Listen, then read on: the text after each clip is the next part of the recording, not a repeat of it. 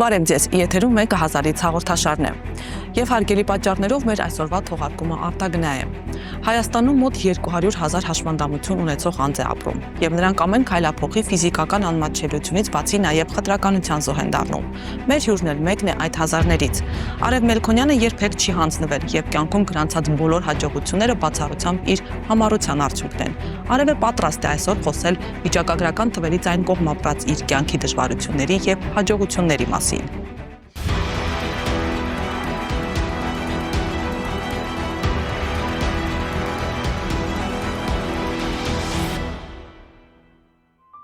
Լավ ես դիմավորում։ Ուժեղ ես պետքա։ Իսկով։ Դիմավորի սպասի, շատ իրեն։ Ասում ենք։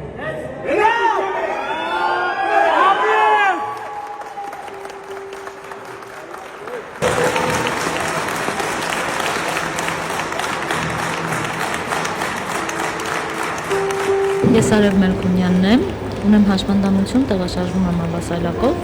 եւ հաշմանդամություն ձեռք եմ բերել շատ վաղ մանկության տարիներին։ Իրականում հաշմանդամության պայմանավորված կյանքի ողջ ընթացքում տարբեր դժվարությունների եմ հանդիպել, սկսած դպրոցից, հետո արդեն համալսարանական կյանքում եւ աշխատանքային ոլորտում, աշխատանք փնտրելով եւ այլն։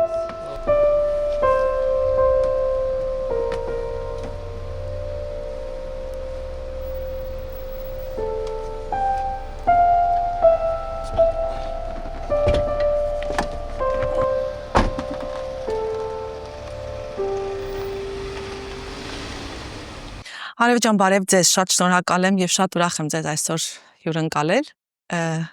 Բարև ձեզ, ես շատ շնորհակալ եմ նախ կարևոր հարց բարձրաձայնելու եւ ինձ հյուր կանչելու համար։ Օրեր առաջ Հայաստանում կայացավ Պարասեղմում հենարանից Հայաստանի 2025 թվականի առաջնությունը, որտեղ դուք առաջին տեղ զբաղեցրեցիք։ Ես նախ ուզում եմ ջերմորեն շնորհավորել ձեզ եւ սա ոչ ձեր առաջին, վստահաբար ոչ էլ վերջին հաղթանակն է եւ տարբեր առաջնություններից եւ մրցաշարերից բացի դուք նաեւ կյանքում եք բազմաթիվ հաղթանակներ գրանցել, հաղթել եք կյանքի մարտահրավերներին, հա, այսպես եթե ասեմ, դժվարությունների մասին մի փոքր ուշ կխոսենք։ Հիմա ինձ հետաքրքիր է, երբ եւ ինչպես այս սպորտաձևը ձեզ հետաքրքրեց, ինչպես սկսեցիք զբաղվել այս սպորտաձևով։ Իրականում սպորտաձևով սկսել եմ զբաղվել պրոֆեսիոնալ եւ ինտենսիվ 2023 թվականից, բայց հետաքրքրությունս շատ ավելի վաղ է եղել, երբ որ իմացա, որ ֆեդերացիան Հայաստանի առաջնություններ է կազմակերպում, ուղղակի ուզեցի փորձել իմ ուժերը եւ երբևէ ծանրաձողին մոտ չգնալով մասնակցեցի առաջին անգամ 21 թվականին եւ դարձա Հայաստանի չեմպիոն իմ քաշային կարգում։ Այսինքն առաջին մասնակցության ժամանակ հենց չեմպիոն դարձա։ Այո, առաջին մասնակցության ժամանակ եւ երբևէ ծանրաձողով չզբաղված այսպես սպորտային լեզվով ասած չպարապած անձնավորություն գնացի եւ ստացվեց Հայաստանի չեմպիոն դարձա եւ Ստեփանյան Սարգիսը տեսավ իմ մեջ այդ պոտենցիալը ուժը, հա, գենետիկ ուժը, որ ունեմ, որոշեցին, որ նաև ինձ հետ քննարկելով, որ պրոֆեսիոնալ սպորտով պետք է զբաղվեմ։ Առաջի 2 տարին 21-22 թվականները անկեղծ ասած մի փոքր այսպես մատերի արանքով եմ նայել այդ ամեն ինչին, ուղղակի երբ որ ինձ հարմար ա եղել այդ ժամանակ եմ պարապմունքի գնացել, երբ որ համատեղել եմ աշխատանքի հետ, հասկացել եմ կարողանում եմ այդ ժամանակ, բայց 23 թվականից երբ որ արդեն որոշեցինք, որ հաջորդ օլիմպիական պարալիմպիկ խաղերին ես եւս մասնակցություն պետք է ունենամ Պարասեղմում հենարանից վարժությունով, շատ ավելի ինտենսիվ եւ պրոֆեսիոնալ մտա սպորտ։ Ու այդ ժամանակ հասկացա ինչքան տարբեր են այն սպորտով զբաղվելը, ինչ որ ես եմ զբաղվում, եւ պրոֆեսիոնալ սպորտով զբաղվելը, որովհետեւ պրոֆեսիոնալ սպորտը մարզիկի դիսցիպլինա ասվածն է սիրում, եւ պարտադիր պետք է պահել այդ դիսցիպլինան, հա, ես որ մի փոքր ֆեմինիստ անձնավորություն, հա, կարելի է այդպես ասել, չգիտեմ, այդ նաև բոյկոտող բնավորություն ունեցող անձնավորություն, ոնց ես ինքս եմ որոշում իմ անելիքը, հիմա պետք է շարժվեմ մարզիչի ուղղորդումներով, նույնիսկ իմ սնվելը եւ քնելը պետք է վերահսկի մարզիչը։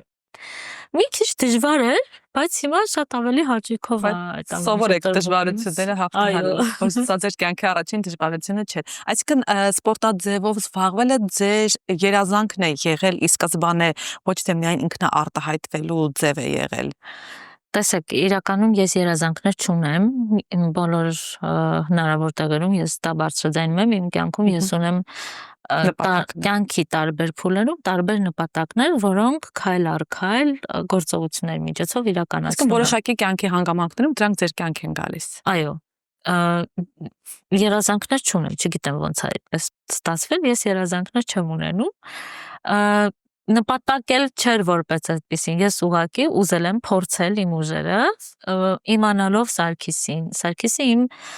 բավականի երկար տարիների ընկերն է ու իմանալով, որ այդպիսի մրցաձևով մրցույթ են կազմակերպել, Հայաստանի առաջնություն են կազմակերպել, նաև իրենց տեսնելու, իրենց հետ լինելու համար որոշեցի մասնակցել եւ ստացվեց։ Եվ այդպես մտա սպորտը։ Իսկ հիմա շատ մեծ սիրով կարելի ասել, այ հիմա նպատակ ունեմ, որ առաջիկա պարալիմպիկ խաղերից ես պետքա բերեմ մեդալ եւ այնտեղ պետքա Հայաստանի դրոշը բարձրանա։ Ոչ միայն հաջորդ հաղորդումը դրա մասին է լինելու, մենք կլուսաբանենք, դուք բերեք մեդալ։ Բայց նաեւ որոշել ենք, որ ոչ միայն Հայաստանի դրոշը բարձրանա պատվո հարթակին, այլ նաեւ Հայաստանի դրոշի գույներով ծանրաձողը բարձրացնեմ։ Կարմիր, կապույտ, դեղին, կարմիրը 25 կիլոն է, կապույտը 20, դեղինը 15։ Արդեն նաև նշաձող ենք դրել։ Այո, այդպեսի նշաձող ենք դրել, որպեսզի Հայաստանի դրոշի գույներով ես ծանրաձողը բարձրացնեմ։ Շատ ձեզ հաջողություն եմ մաղթում։ Շնորհակալ եմ։ Ասում են ամեն բան անհնարին է թվում, քանի դեռ դա չի իրականացել։ Հիշում եք ձեր առաջին մրցանակը, կարևոր հաղթանակը եւ արդյոք այն իսկապես անհնարին էր ձեզ թվում։ Իրականում իմ կյանքի փորձը ինձ ցույց է տվել եւ ես միշտ բոլորին ասում եմ, որ մարդու ցանկությունից է կախված տվյալ իր առջև դրված գործողություն անհնարին է, թե հնարավոր։ Դրա համար ես երբևէ չեմ մտածել, որ որևէ բան որոշել եմ անեմ, դա անհնարին է։ Մտածել եմ դժվար է, մտածել եմ գործողությունները տարբեր են, եթե այսպես չստացվի, պլանավորել եմ նաև այլ գործողություններով դրանք անել, բայց անհնարինի մասին չեմ մտածել։ Եթե ես մտածեի դրանք անհնարին են, երբևէ մոտ չէի գնա եւ չէի փորձի։ Շատ լավ։ Գալով ձեր կյանքի նաև ապրած բարդություններին, նախ կխնդրեմ ասեք հաշմանդամությունը ձեռքբերովի է թե իծն է։ Ձեռքբերովի է իմ հաշմանդամությունը, 1 տարեկանից ունեմ հաշմանդամություն, բարձր տեղից եմ ընկել, ողնաշարի կոտրվածքի վնասվածքի հետևանքով է եղել, չնայած որ այդ ժամանակահատվածում 90-ականների սկզբին, այդքան լավ չեն հասկացել ինչի մասին է խոսքը, ինչի հետևանք է եւ այլ դիագնոզ են։ Այսինքն նաև սխալ բուժման, այո, սխալ բուժման արդյունքում ավելի վնասել են, քան օգնել։ Եվ այդպես ունենք այն ինչ ունենք հիմա։ Իրականում բարդ է գիտակցումը, որ դու այլ մարդկանցից ինչ-որ բանով տարբերվում ես։ Որ տարիքում կամ որ հասակում էր, որ դու սկսեցիք գիտակցել այդ տարբերությունը եւ արդյոք դա դες անհարմարություն, անհանգստություն պատճառել է կյանքում, թե դուք կարողացել եք դրանք ի սկզբանե հաղթահարել, դրանց չեք դիտարկել ձեզ որպես տարբերվող անձ։ Կխափեմ, որ ասեմ, ի սկզբանե շատ հեշտ տրվել է ինձ, այդ գիտակցումը, որ ես տարբեր եմ եւ պետք է ընդունեմ իմ տարբերությունը։ Շատ վաղ մանկական տարիքից, արդեն գիտակցական տարիքից հասկացել եմ, որ ես տարբերվում եմ մյուսներից, քանի որ գրեթե հասակակից 2 քուրիկ ունեմ, 1 տարի մեծ եւ փոքր, եւ այդ այն աշխույժ չարաճճիության տարիքում ես հասկանում էի, որ ես չեմ կարող անել նույն բաների, ինչ որ անում են իրենք, այդ մանկական խաղերը եւ այլն։ Այդ ժամանակ ինձ օգնության եկավ տատիկս, տառերը սովորեցինք միասին, 4 տարեկան էի ես, եւ հասկացա, որ այդ էներգիան կարող եմ ուղղել գրքերի վրա։ 4 տարեկանում ես կարդացել եմ Սասնածռեր էպոսը։ 4 տարեկանում այդքան գրաճանաչ, տառաճանաչ էիք։ Այո, 4 տարեկանում իմ առաջին գիրքը հենց Սասունցի Դավիթ Սասնաձրերը պոստն է եղել եւ ես հենց այդ ժամանակից հասկացա իմ էներգիան ուր կարող եմ ուղղել եւ սիրահարվեցի գրքերին, կարելի ասել, ու մինչեւ հիմա ես առանց կարդալու չեմ պատկերացնում իմ կյանքը։ Շատ լավ։ Իսկ ինչպես էր այդ գիտակցումը, ազդում ձեր առօրյայի վրա, ձեր կյանքի որակի վրա, ինչպես էիք դուք կարողանում հաղթահարել այդ դժվարությունները։ Իրականում մինչև դպրոցական տարիքի հասնելը ես այդ շատ տարբերությունը չեմ զգացել ու շատ այսպես բաց վերաբերմունքի չեմ առնչվել, հա, որպես այդպեսին ու ավելի հեշտ էր տրվում այն, որ ես տարբեր եմ նաև իմ քուրիկներից, տարբեր եմ մեր հարևանի երեխաներից եւ ընդհանրապես բոլորից։ Գյուղական միջավայրում եմ մեծացել, նաև այդ գերխնամ կասվածը, հա, տարբեր հարազատների, բարեկամների, հարևանների կողմից խտրական վերաբերմունքը, չնայած այն ժամանակ այդքան լավ չեմ հասկացել, չեմ պատկերացրել, որ դա խտրական վերաբերմունք է, ուղղակի միշտ լսել եմ այդ ենթագիտակցական այդ բանը կար, օրինակ եթե ես հայաթում նստած գիրք էի կարդում, տարածքում էին մերոնք, կարար ինչ-որ ծանոթ անձներ ու իմ մասին հարցնելիս, տատիկիս հարցներ լսում ա, գլխով ցույց տալով ինձ էլի, ու ես որ պատասխանում եմ շոկի մեջ էին գնում, ինք խոսել էլ գիտի, այդ կարծրատիպային վերաբերմունքը գյուղական միջավայրում կարծում եմ մինչև հիմա էլ կա։ Այդ իսկական դժվարությունները դպրոցում սկսեցին, դե պատկերացրեք ավելի մեծ միջավայր ու ինչպես գիտենք երեխաները բավականին դաժան են, չնայած ես միշտ ասում եմ երեխաները չգիտակցաբար, բայց այո։ Այո, նրանք նրբանակատություն ասվածը չգիտեն, հա։ Ասում են այն ինչ որ իրականում կա եւ այն ինչ որ տեսնում են, բայց ես մի բան եմ հասկացել իմ դպրոցական տարիքից գալով մինչև հիմա, երեխաները նմանություններ են փնտրում, իսկ մեծահասակները տարբերություններ։ Եթե իմ դասընկերներին մեծահասակների կողմից այդ ազդակը չգնար, որ ես իրենցից տարբեր եմ, իրենք գուցե ի սկզբանե այդ տարբերությունը մատնանշեին, բայց միևնույն է գտնելու էին այն միջավայրը, որտեղ ես ներառված կլինեի ավտոմատ, առանց որևէ մեկի միջամտության։ Բայց իրենք ունեին մեսիջ, որ ես իրենցից տարբեր եմ, այդպես ինձ մոտենալը մի քիչ բանը տենց վտանգավոր է, ավելի զգույշ լինեն եւ այլն։ Ու այդ վերաբերմունքը ես ստացել եմ իմ դասընկերներից եւ ուսուցչական կողմից։ Բուլինգի եք։ Միանշանակ դպրոցի տարբեր դասարանցիների կողմից բուլինգի ենթարկվել եմ, դա անխոս, մանավանդ այդ տարիներին ներառական կրթություն ասվածը չկար, ուսուցիչների կողմից եմ ենթարկվել։ Նաև ուսուցիչներ։ Այո,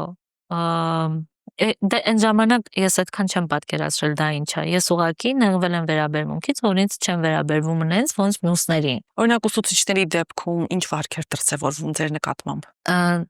Ի սկզբանե իրենք չեն հավատացել, որ ես կարող եմ լավ սովորել ու հերթական ավելի թույլ աշակերտի նման ես վերջում եմ նստել, մենակ եմ եղել, հետո երբ որ հասկացել են իմ կարողությունները ավելի շատ են սկսել ինձ գնահատել։ Միջոցառումներին ներգրավում էին, թե ոչ։ Սկզբից չէ, հետո ավելի շատ էին ուզում ինձ ներգրավել, քան մյուսներին։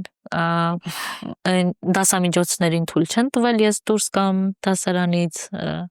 վախենալով, որ կարող է ինձ հրեն, կարող է վնասեն։ Այսինքն նույնիսկ իրենց հոգատարությունը Այո, խտրական դրսևորվում։ Այո, խտրական հոգատարություն է, գերխնամ կասվածը։ Նույնիսկ կարծեմ տնօրենի կողմից առաջարկ ա եղել, որ տնային ուսուցում ստանամ, բայց մայրիկս չի համաձայնվել,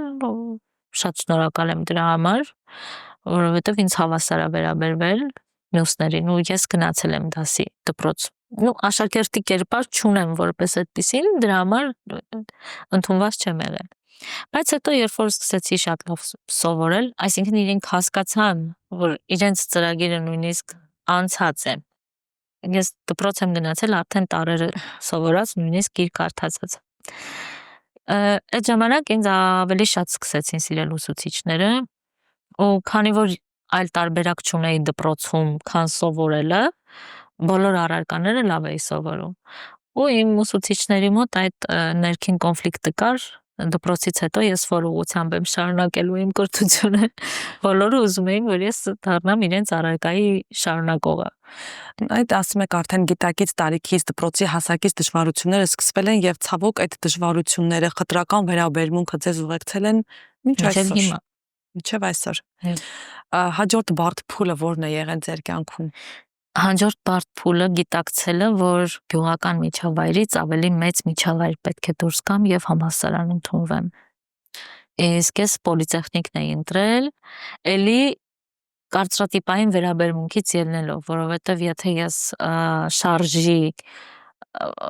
խնդիր ունեմ, հա, այսինքն ավելի քիչ տեղաշարժվող գործ պիտի անեմ։ Դրա համար ծրագրավորում պիտի սովորեի։ Բայց ունեիք այլ նախասիրություններ։ Այո, ես շատ չափազանց շատ սիրել եմ պատմությունը եւ գրականությունը։ Ես ավելի շատ հումանիտար ուղղությամբ եմ ուզել, բայց քանի որ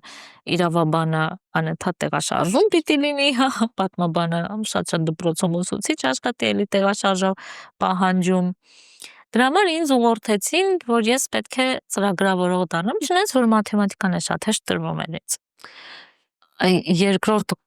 մեծագույն դժվարությունը հենց համալսարանում ա եղել, որ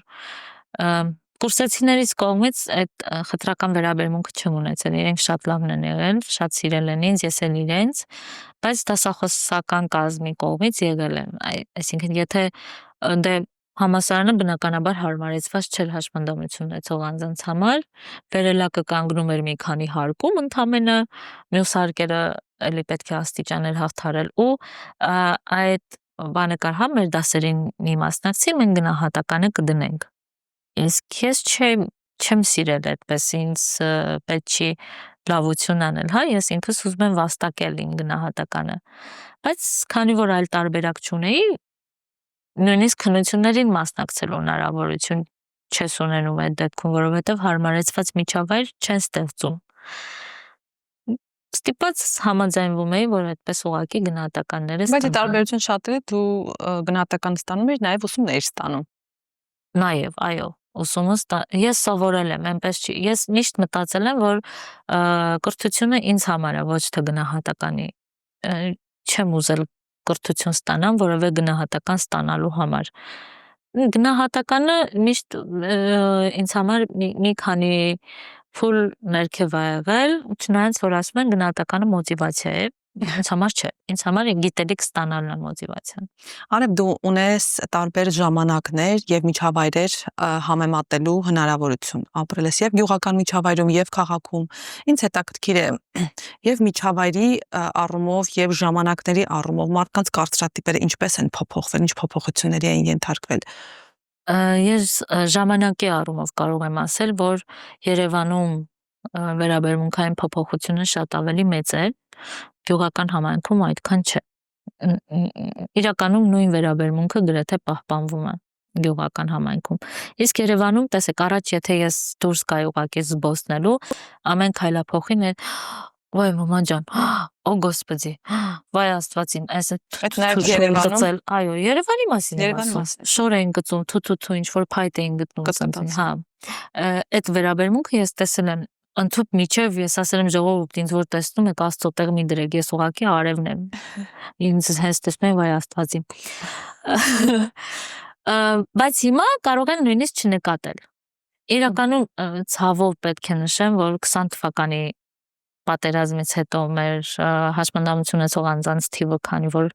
բավականին շատացավ եւ ընտանիքներում էլ արդեն կան հաշմանդամություն ունեցող երիտասարդներ, այդ դրանով պայմանավորված ավելի շատ սկսեցին տեսնել հաշմանդամությունը, արդեն իրենց արժեքներից ելնելով սկսեցին գնահատել հաշմանդամությունը։ Փոխվեց։ Դրա համար, այո, վերաբերմունքի կտրուկ փոփոխությունը վերջին տարիներին եղավ։ Ցանկացած մարդ կյանքում ունենում է դժվարություն, հա, ոչ մեկս դրանից ապահովագրված չենք, բայց հաշմանդամություն ունեցող անձանց դեպքում այդ դժվարությունները բազմապատկվում են։ Եվ դուք էլ ունեցել եք բազմաթիվ դժվարություններ եւ ամենազգայուն թեման դրանցից մայրանալու թեման էր։ Մայրանալու իրավունքներ, հա, դուք ունեք հրաշք որդի։ Բայց այդ 9 ամիսները ձեզ հեշտությամբ չեն տրվել։ Կխնդրեմ անդրադառնաք, հիշեք նաև, հա, մի փոքր այդ ժամանակահատվածը, ինչ խտրականության եք այդ ժամանակահատվածում, հա, արժանացել, հանդիպել։ Ամենա այսպես ցայտուն վերաբերմունքը, որ ես ստացել եմ, առաջնային հետազոտության բժշկից եմ ստացել, երբ որ ընկերուհուս հետ գնացինք առաջնային հետազոտության, հղիության, եւ հետազոտությունից հետո արդեն գրանցվում է, որ հղիությունը դվարի ինչ որ բժիշկ։ Այդ փուլերով պիտի անցնենք։ Մեզ ուղարկեցին էխո բժշկի մոտ, մտանք ներս, բժիշկը ընկերուհուս ասեց պարկի, առանց ինձ վրա նայելու։ Ընկերուհուս ասեց, բայց ես չեմ հղին, ինքն է։ Այսպես մի հատ ոտից գլուխ ինձ չափեց, ֆրած ընկերուհուս ձեռեք առնում, այս տոնայնությամբ առաջ Դա որ չափած թվականներ, քանի տարի առաջ էր։ 18 թվականը, 2018 7 թվականը։ տարի առաջ, Այո, ընդամենը։ այո։ Ցավալի է։ Եվ երկար բանակցություններից հետո ինքը համաձայնվեց ինձ էխո անել միայն այն պատճառով, որ ինքը վստահ լինի, մենք իրեն ձեր չենք առնում, չենք խաբում։ Ու իր երկրորդ արդեն ռեակցիան, որ տեսավ հղի եմ, պետքա ոստիկանություն կանչել, որովհետև ոնց կարող է հաշմանդամություն ունեցող կինը սեռական կյանք ունենալ, հա, Միանգամից ենթադրեց, որ բռնության զոհ եմ դարձել։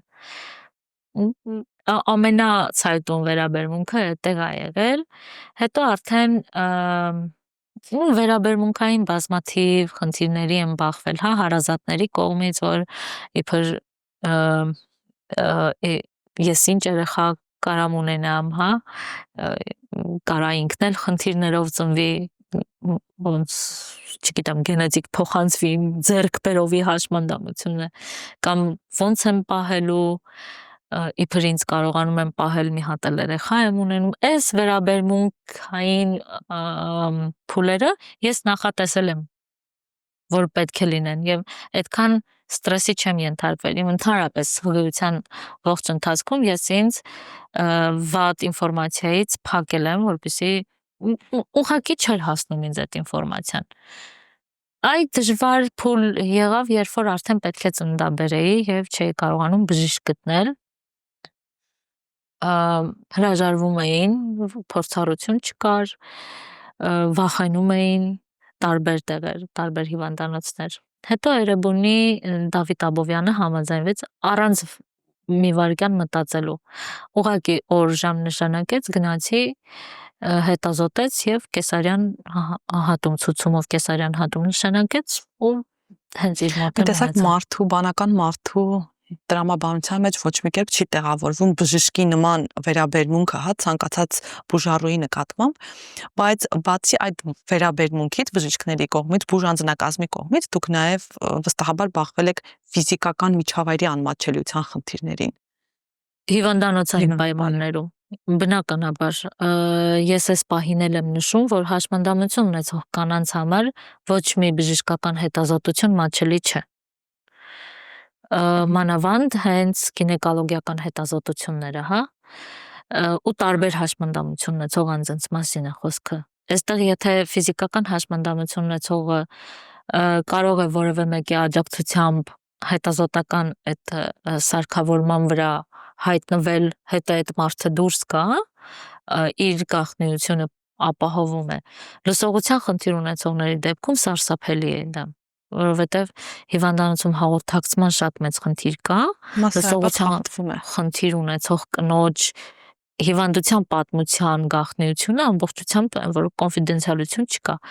Հարազատը պիտի գնա կամ ժեստերի թարգմանիչը, ժեստերի թարգմանիչները շատ քիչ ունենք, մանավանդ կոմպետենտ, հարազատներն էլ ավտոմատ իմանում են ինչ որ չպիտի իմանան։ Այդ խնդիրը կա։ Մենք խոսեցինք մարդկանց վերաբերմունքի թույլ պատկերացումների մասին, ձեր հնարավորությունների եւ կարողությունների մասին, բայց ինձ հետաքրքիր է նաեւ մեդալի հակառակ կողմը։ Իսկ դուք չեք ունեցել իսկապես բարդություններ, դժվարություններ կենցաղում, առօրյա կյանքում կամ հենց նույն երեխային մեծացնելու, խնամելու հարցում։ Միանշանակ դա անկախ հաշմանդամությունից էլ դժվարությունները կան։ եւ այն որ ասում ներքին վախերից ելնելով եւ ֆիզիկական պայմաններով պայմանավորված, հա, ֆիզիկական անմաչելիությամբ պայմանավորված այդ դժվարությունները կան։ Բայց ես մի այսպիսի սկզբունք ասեմ, երևի սկզբունք ունեմ, որ եթե կա դժվարություն, ուրեմն նաև կա դժվարությունը հաղթահարելու լուծումը, հա, այդ դժվարությունը մարտահրավեր է, այդ դժվարությունը խնդրեմ չի։ Մարտահրավերները ինչքան հաղթահարում ենք, այնքան մի level ավելի ուժեղ ենք դառնում, ավելի առաջ ենք գնում։ Եթե ես այդ խնդիրը, այդ դժվարությունը սարքեմ խնդրեմ ու մտածեմ ճակատով բախվելու եմ դրան ու լուծումը չեմ գտնելու, դժվարությունը ինձ հաղթելու է եւ всё, ես տեղում մնալու եմ ուղղակի։ Եվ այդուհանդերձ ի՞նչն է ամենաբարդը տրվել ձեզ կենցաղում։ Կամ ինչ այսօր տրվում է բարդությամբ։ Գիտեք, մի դեպք հիշեցի, մի անգամ էլի հարցազրույց էի տալիս, լրագրողը հարցրեց, այ օրինակ հետաքրքիր է, կենցաղային գործերից ինչ եք կարողանում անել, այսպես շատ ոգևորված ասացի, բացառապես ամեն ինչ։ Ասաց, «Վայ, ինչ հետաքրքիր է, կնշեք օրինակներ, ինչ եք անում», ասացի, բացառապես ոչ մի բան, որովհետև տանը անող կա, մամաս ինձ հետ է ամեն ինչ անում է, բայց իրականում ես ճիշտ եմ ասում, բացառապես ամեն ինչ կարողանում եմ անել, որովհետև ես միշտ ասում եմ, հաշմանդամություն ունեցող անձիկ միշտ գտնում են այնպիսի տարբերակներ, որ հետո պարզվում է հաշմանդամություն չունեցող անձի համար ավելի հեշտ է այդ տարբերակով կենցաղային գործ անել։ Ու ես միշտ գտնում եմ տարբերակ անելու դա, հա։ Բայց ամենաբարդ օրինակ ո՞րն է եղել, որի համար գտել եք լուծում, գտել եք տարբերակ։ Եթե Դավիթին վերցնենք օրինակ տղայիս, ամենաբարդը եղել է իրեն լողացնելը, որովհետև մեր բաղնիքը սանհանգույցը հարմարեցված չէր, դռները նեղ են, սայլակով մտնելը մանավանդ այդ միջավայրում փոքր երեխա լողացնելը շատ բարդ էր տրվում, բայց էլի գտանք լուծումը աթոռների միջոցով, 2 աթոռ ուղղակի սայլակից տեղափոխվում եմ աթոռին, այն աթոռին իր վաննան ենք տեղադրել ու այդպես լողացրել եմ։ Մամաս ա օգնել։ Երևի ամենաբարդը դա է տրվել կենցաղային գործերից, որ իրոք դժվար ենք եկել այդ լուծմանը, բայց մեկը էլի գտել ենք։ Հրաշալի։ Իսկ հիասթափություններ ունեցել եք կյանքում։ Կամ որն է եղել ամենամեծ հիասթափությունը։ Թերևս կյանքից չէ, բայց մարդկանցից երևի, հա։ Իրականում ես իմ տեսակով մարդկանց սիրում եմ։ Ես դրա համար իմ մասնագիտությամբ չեմ աշխատել, որովհետև ես ասում եմ, ես պետք է շփվեմ, ես մարդ պետք է տեսնեմ, ես չեմ կարող սենյակում նստեմ համակարգչի առաջ ու մենակ ծրագիր գրեմ։ Ես իմը մարդկանց ինչ որ բան տալն է, մարդկանցից ինչ որ բան վերցնելն է։ Դրա համար ես գնացի հասարակական ոլորտ ավելի, որ դասընթացավար եւ այլն։ Բայց ես ինչքան մարդկանց սիրում եմ, այնքան մարդիկ ինձ տրորում են, կարելի ասել, բայց մեկը ես էլի սիրում եմ իրենց։ Հիասթափվել եմ, կոտրվել եմ, հետո էլի վերականգնվել եմ, բայց կամ։ Կաք եւ հաղթում եք կյանքի բոլոր մարտահրավերներից հաղթահարած եք դուրս գալիս, այսպես ասեմ, եւ այդ մարտահրավերներից մեկն էլ եղել է աշխատանք գտնելը։ Երևի ամենաբարդ մարտահրավերն է։ Ինչ ճանապարհով եք անցել։ Ինչեւ հիմա ամենաբարդ մարտահրավերն է դա, որովհետեւ համակարգային սխալ կա այստեղ, հա։ Բացի այն, որ ենթակառուցվածքները հարմարեցված չեն, նաև այնպիսի իրավիճակ են ստեղծել, որ հաշմանդամություն ունեցող անձին գործատուն գործի ընդունելիս շատ հանգիստ, այսինքն ոչ թե գործի ընդունելիս, այլ երբ որ դիմում ես գործատուին, ինքը շատ հանգիստ կարող է արդարանալ, որ քո ուզած խելամիտ հարմարեցումը կամ այն միջավայրը, որ քեզ հարմար է աշխատելու, ինձ համար անհարկի բեռ է եւ օրենքով ես ազատված եմ, եթե անհարկի բեռը կարող եմ չանել եւ քեզ գործի չընդունել։ Շատ եմ ես բախվել այդ խնդրին, քանի որ կար ժամանակ, երբ որ ես իմ նախորդ գործի տեղից դուրս եկա որոշակի այդպես փուլից հետո սկսեցի գործ փնտրել ու արդեն իմ մասնագիտությամբ էի որոշել գործ փնտրել IT ոլորտի։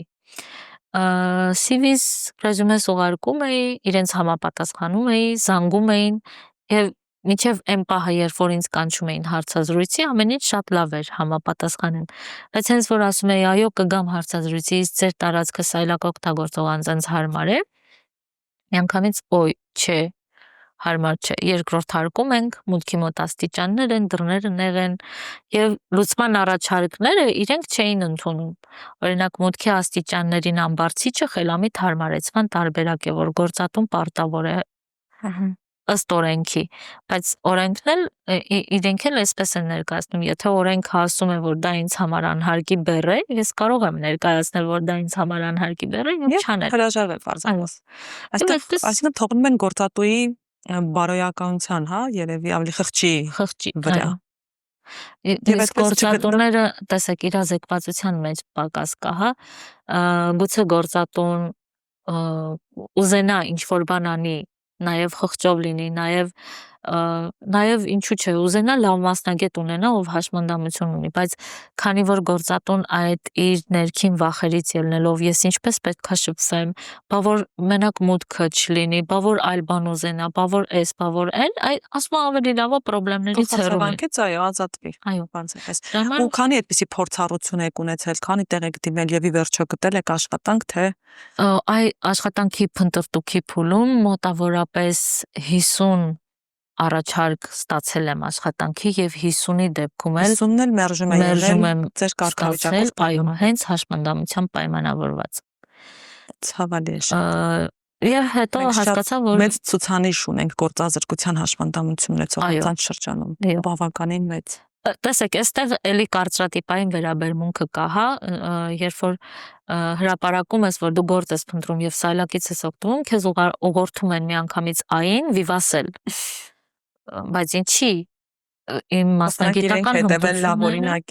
մասնագիտական հմտությունները չեն համապատասխանում ոչ այնին, ոչ վիվասելին, բայց քանի որ այնտեղ արդեն ընդունել են փորձառություն ունեն, ստիպված պիտի գնամ եւ հարմարվեմ այդ միջավայրին։ Դա էլ է կարծրատիպային վերաբերմունք ձևավորել, որ այդ երկու ենթակառուցվածքները կարող են ընդունել մեզ աշխատանքի, հա, այսինքն էլի այն գետո տարբերակը կա, առանձնացնել, ներառումից հանել։ Եթե չկա պայքար, չկա նաև առաջընթաց։ Ձեր դեպքում միշտ պայքարել եք եւ միշտ այդ առաջընթացը գրանցել եք, անգամ զբաղվածության հարցով։ Դա դու, չէ, դուք ինքնազբաղված եք եղել, ձեր ինքնազբաղվածությունը ապահովել եք, հասարակական կազմակերպություններում եք ներգրավել եւ ակտիվ գործունեություն եք ծավալել, չէ։ Այո, ես հասկացա, որ էլի պետք է վերադառնամ հասարակական ոլորտ, որտեղ այդտեղ է իմ անելիքը, այդտեղ կարող եմ փոխել նաև մյուս ոլորտները։ Եվ նորից արդեն եկա հասարակական ոլորտ, որպես հավասարության ուղի հասարակական կազմակերպության նախագահ, մի քանի այդպես հաջողված ծրագրեր հենց զբաղվածության ծրագիր արեցինք, բայց այդ ընթացքը Արցախից տեղհանված հաշմանդամություն ունեցող կանանց եւ նրանց ընտանիքի անդամների համար զբաղվածության դասընթաց կազմակերպեցինք եւ նաեւ հաջողություն ունենք, որ իրենք աշխատանք են գտել տարբեր ոլորտներում, էլի on-line աշխատանքի մասն է խոսքը, գրաֆիկ դիզայն եւ այլն։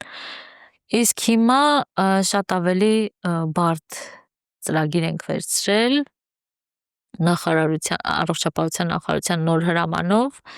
հոգեկան առողջության խնդիր ունեցող անձանց նկատմամբ խարանի նվազեցման վերաբերյալ, հա, մոբիլ ծառայությունների մատուցման ծրագիր է, որ արդեն խնդիրը կրող անձինք իրենց համայնքներում ծառայություն ստանան եւ ապա ինստիտուցիոնալացման փուլին գնանք, հա, այսինքն թեթևացնենք առողջության կենտրոնների բեռը, որպեսզի այդ մարդիկ չհայտնվեն ստացիոնար հիվանդանոցներում ստացիոնար բուժում ստանան, այլ հենց իրենց համայնքում, իրենց բնակարանում կամ իրենց ցանկացած տեղում ծառայությունը ստանան եւ լիարժեք ապրեն մյուս մարդկանց հետ հավասար։ Դուք պայքարող տեսակ եք, դուք ուժեղ մարդ եք, բայց վստահաբար եւ ցավոք սրտի բոլորը չեն, հա, հաշմանդամություն ունեցող անձանցից, որ ունեն այդ ինքնավստահությունը, այդ կամքը Դուք հանդիպել եք մարդկանց ուժ եք տվել ձեր փորձով, ձեր գործով, ձեր խոսքով, նրանց կարողացել եք, հա, այսպես նրանց մեջ ինչ-որ բան փոխել, ինքնագնահատական բարձրացնել, կյանքի հանդեպ վերաբերմունք փոխել։ Գիտեք, բոլորովին վերջերս հենց մեր մարզասրահում,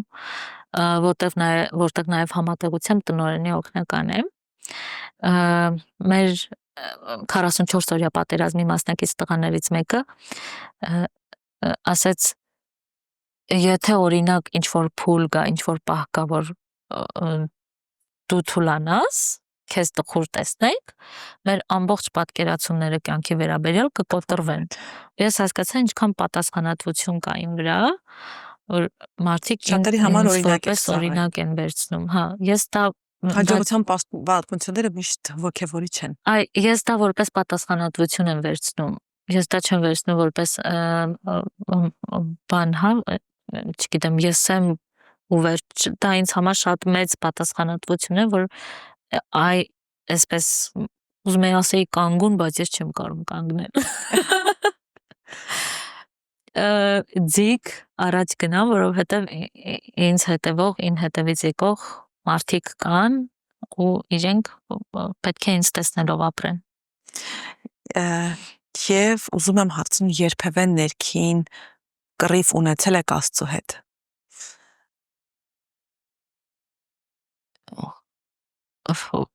Իրականում չեմ ուզում այդ հարցի պատասխանը, որտեղ գնացինք առաջ։ Եվ ուզում եմ այսպիսի հարց տալ. եթե ունենայիք հնարավորություն մեկ բան փոխելու, կլինի դա միջավայրում, կլինի մարդկանց վերաբերմունքում, պատկերացումներում, որը կլիներ դա։ Միջավայրում չի փոխի, միջավայրը ինքը իրան կփոխի։ Կատունը ֆիզիկական միջավայր։ Հա, հենց ֆիզիկական միջավայրի մասին եմ ասում, ֆիզիկական, գիտեք, վերջերս Իսպանիա են գնացել, ու այնտեղ ամեն ինչ հարմարեցված է։ Ամեն ինչ։ Կարող ես ուղղակի դուրս գալ, կանգալ եւ գնալ, ուր ուզում ես։ Տրանսպորտը, մետրոն, ամեն ինչ հարմարեցված է։ Բայց ես նենց ուզում էի անհարմար Երևանը գայի։ Դուք սիրում եք այս անհարմարությունը։ Ես սիրում եմ այստեղ Հայաստանը, որովհետև այստեղ դեռ այն փոքր սենսիտիվությունը, այն փոքր զգայունությունը մարդու նկատմամբ կա, հա։ Գուցե Երևանում մի քիչ ավելի պակաս, մարզերում մի քիչ ավելի շատ, բայց Հայաստանում կա այդ մարդու հանդեպ զգայունությունը։ Դրա համար ես ուզում էի հետ գալ իմ անհարմար Երևանը։ Ինչ կփոխեի, երևի պատկերացումները կփոխեի, մարդկանց պատկերացումները կփոխեի, որովհետև տեսեք, մեր պատկերացումից արդեն գալիս են մեր